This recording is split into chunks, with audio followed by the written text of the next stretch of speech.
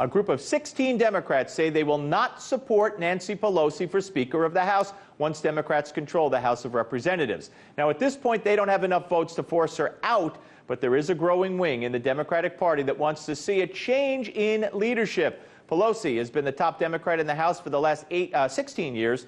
She was also the first female Speaker of the House. Meanwhile, a group of Senate Democrats are suing to block Matt Whitaker from serving as the acting Attorney General. They claim his appointment circumvents the Senate confirmation process and is therefore unconstitutional. Those defending the president say he's well within his power. For more, we go to our political panel, Democrat strategist Biro and Ted Harvey from the Committee to Defend the President. Welcome, gentlemen. Appreciate you coming on.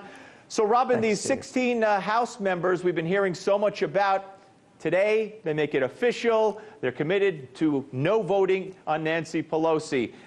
They're not enough. Are they enough, though, to get a real storm brewing that would, in fact, jeopardize her becoming Speaker again? It's just not realistic, Steve. You know, they're they have a loud voice, but they're kind of like the Freedom Caucus. That loud voice just doesn't really get us anywhere.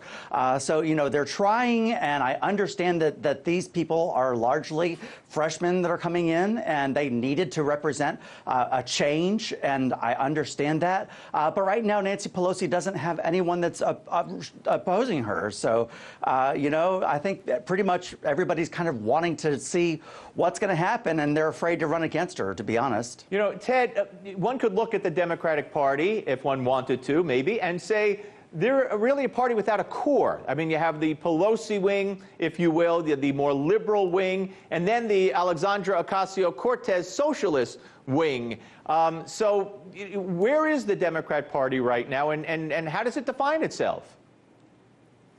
Well, I think that Nancy Pelosi will win this running away. I think that the Democrat Party is pretty unified. They do have several radical socialists, like the couple you just talked about, that are fringes to the Democrat Party and are, I believe, trying to make news for themselves, but Nancy Pelosi is going to be the Speaker of the House. And I hope she does, because she's the gift that keeps on giving to the Republican Party. She is more unpopular than anybody in the Senate, anybody in the House, and far more unpopular than the President of the United States. All right, is that why Trump keeps propping her up now? Because he knows a big fall is going to come if she is the Speaker? A big fall for her? Is that why he's rooting for her?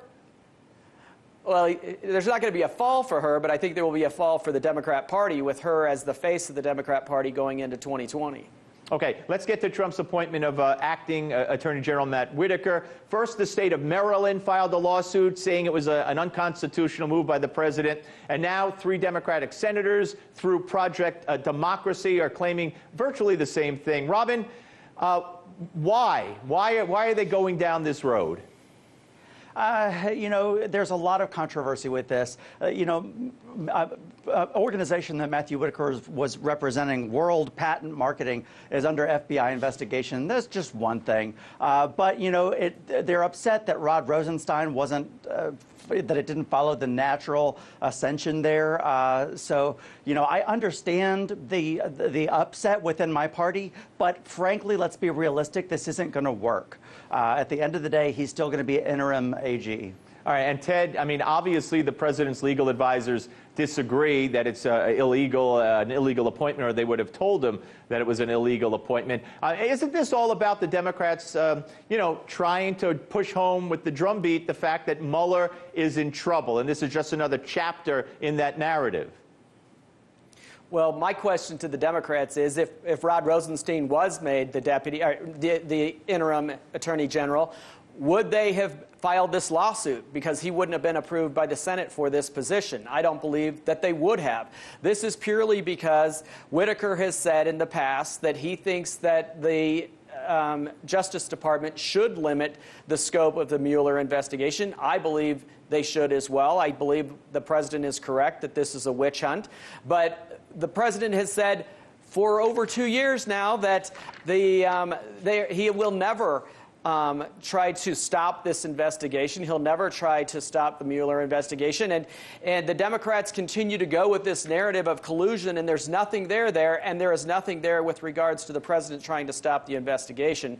This is all just the Democrats trying to make noise about something that never happened. Robin, I'll give you the final word on this. Go ahead.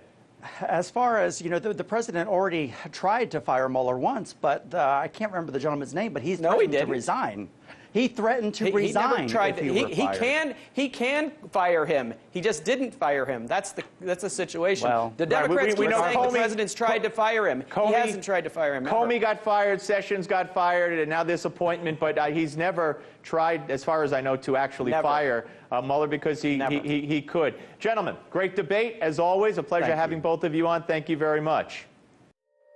Hey YouTube, thanks for checking out our channel. We hope you enjoyed the video. We have tons of content for you just like this. For more of RT America's one-of-a-kind news and analysis, be sure to subscribe and never stop questioning more.